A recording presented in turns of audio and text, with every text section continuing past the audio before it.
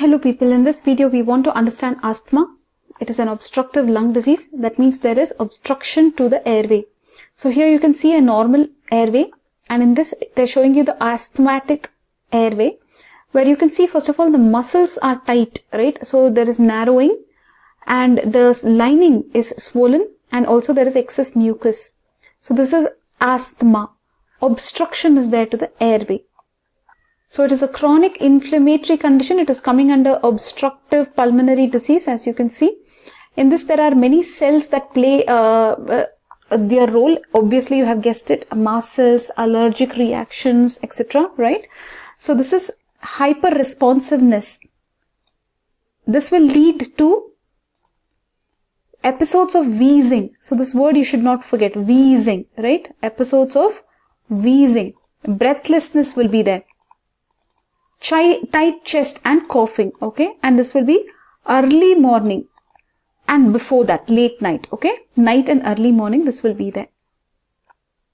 One thing you should understand here, unlike the other obstructive lung diseases, or wherever there is obstruction like an emphysema or bronchiectasis, those are irreversible. However, asthma is reversible. Isn't that a green thing, a nice thing? It is a good thing. It is reversible, okay? Either spontaneously it will recover, or with treatment this airway will become unobstructed.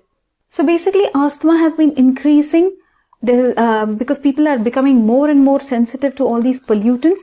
So there is hyper-reactivity, right? Airway hyper-reactivity. So what will happen? The airways are narrowing.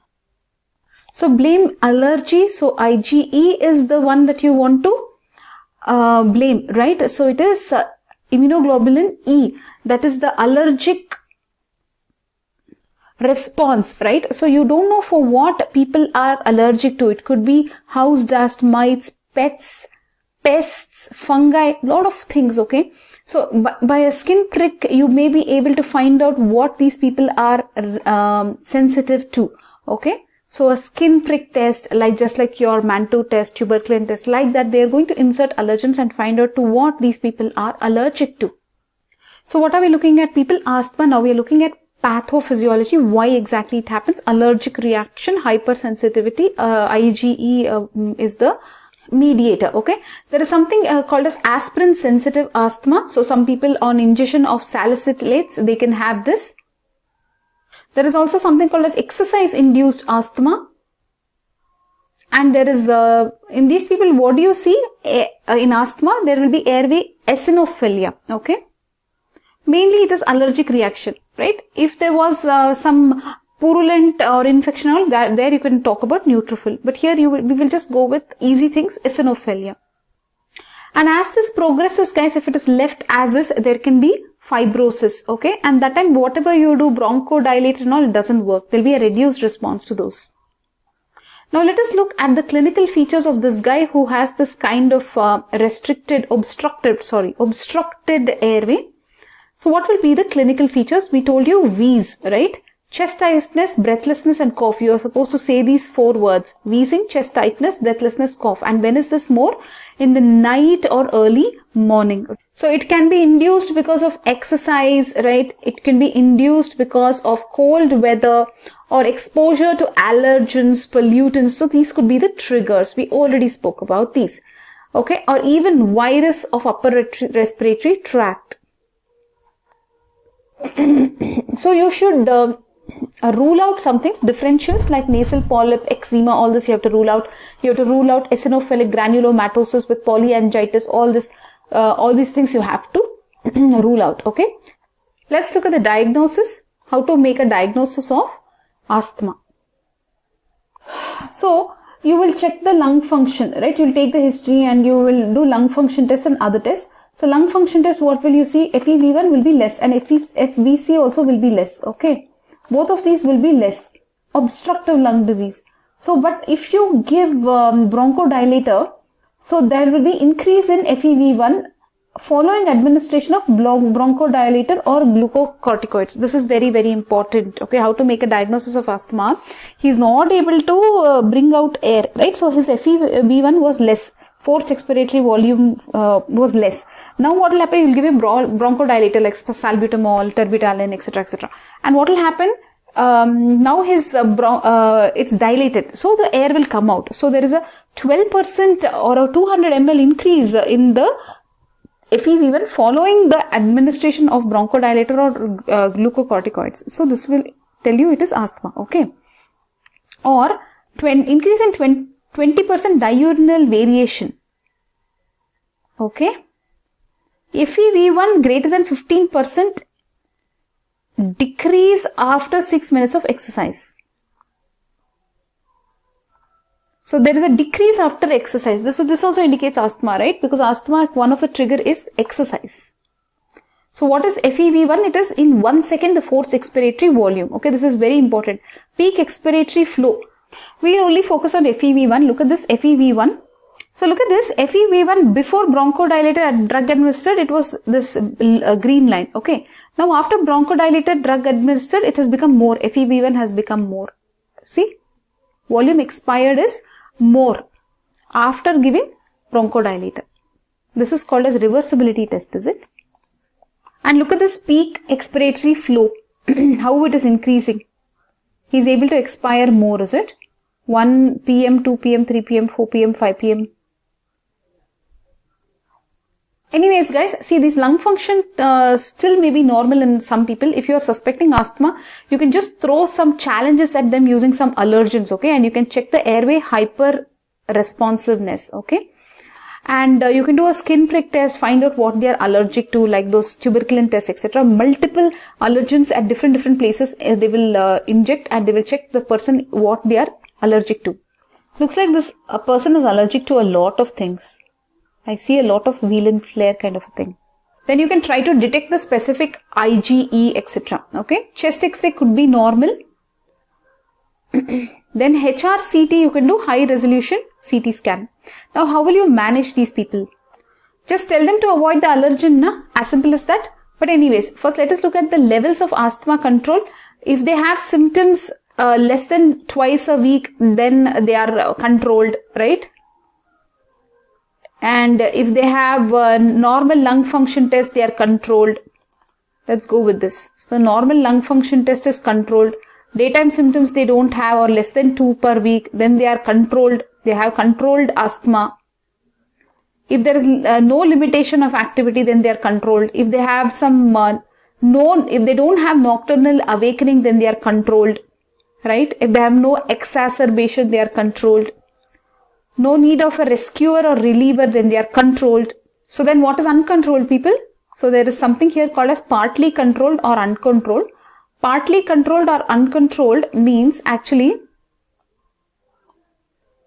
so greater than twice per week, is partly controlled.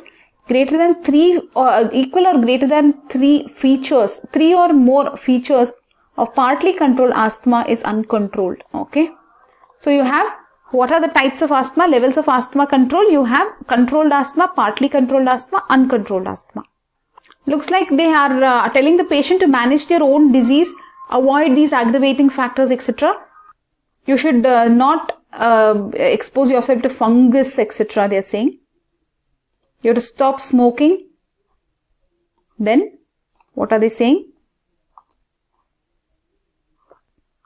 Now they are coming to the actual medical management. So they are talking about beta-2 inhaled short-acting beta-2 adrenoreceptor agonist bronchodilator.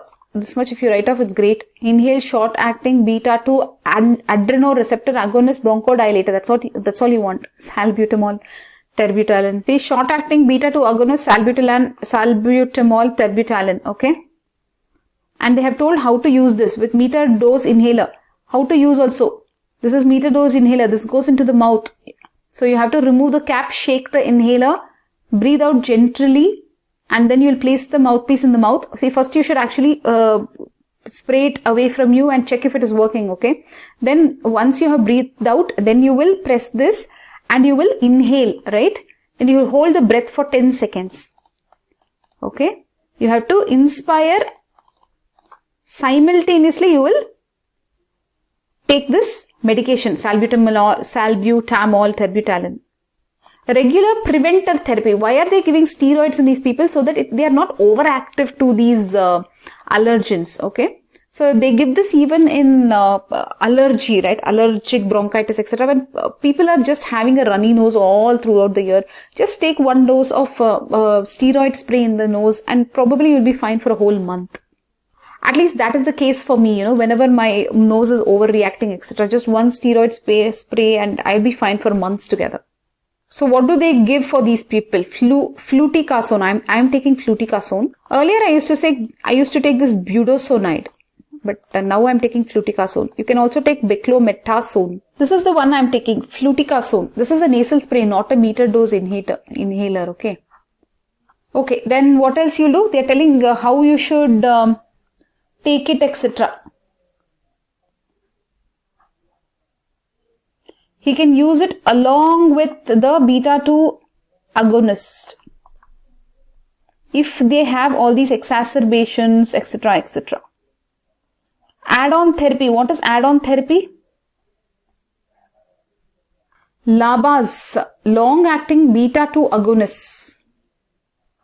Long-acting beta-2 agonists, long-acting. Formoterol, similar to salbutamol, formoterol, LABA. Long-acting beta-2 agonist, is it? Oral leukotriene receptor antagonist, montelukast, are generally less effective than LABAs as an add-on therapy. So, okay. So, that's fine. Long-acting is what they were talking about in add-on.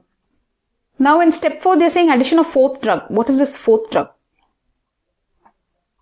Leukotriene receptor antagonists, long-acting antimuscarinic drugs, theophylline, slow-release beta-2 agonists, etc. may be considered. Will you be able to remember all these? Leukotriene receptor antagonist, long-acting antimuscarinic, theophylline, slow-release beta-2 agonist. Slow release. This is the only thing different now. Slow release. Okay, then there is some continuous frequent use of oral glucocorticoids. So you can continuously use or frequently use, is it? Oral.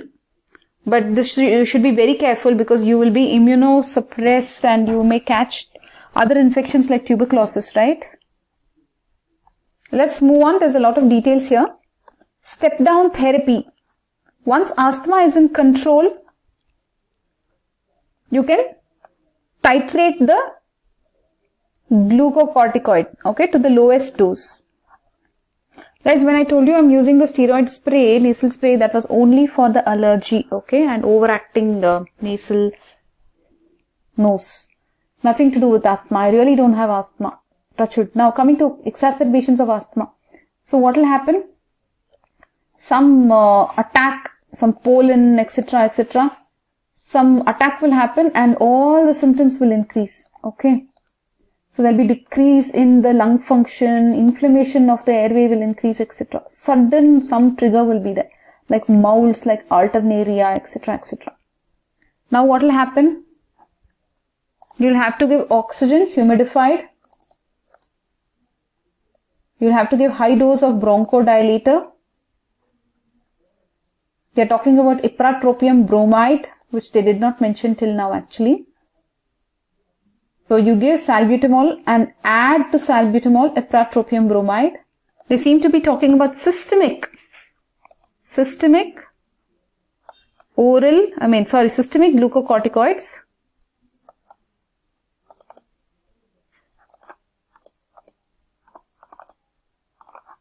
So prednisolone orally, intravenous hydrocortisone, okay. If even after all this, if the patient fails to improve, then you can give intravenous magnesium to provide additional bronchodilation. Finally, what you should do, you should always look at,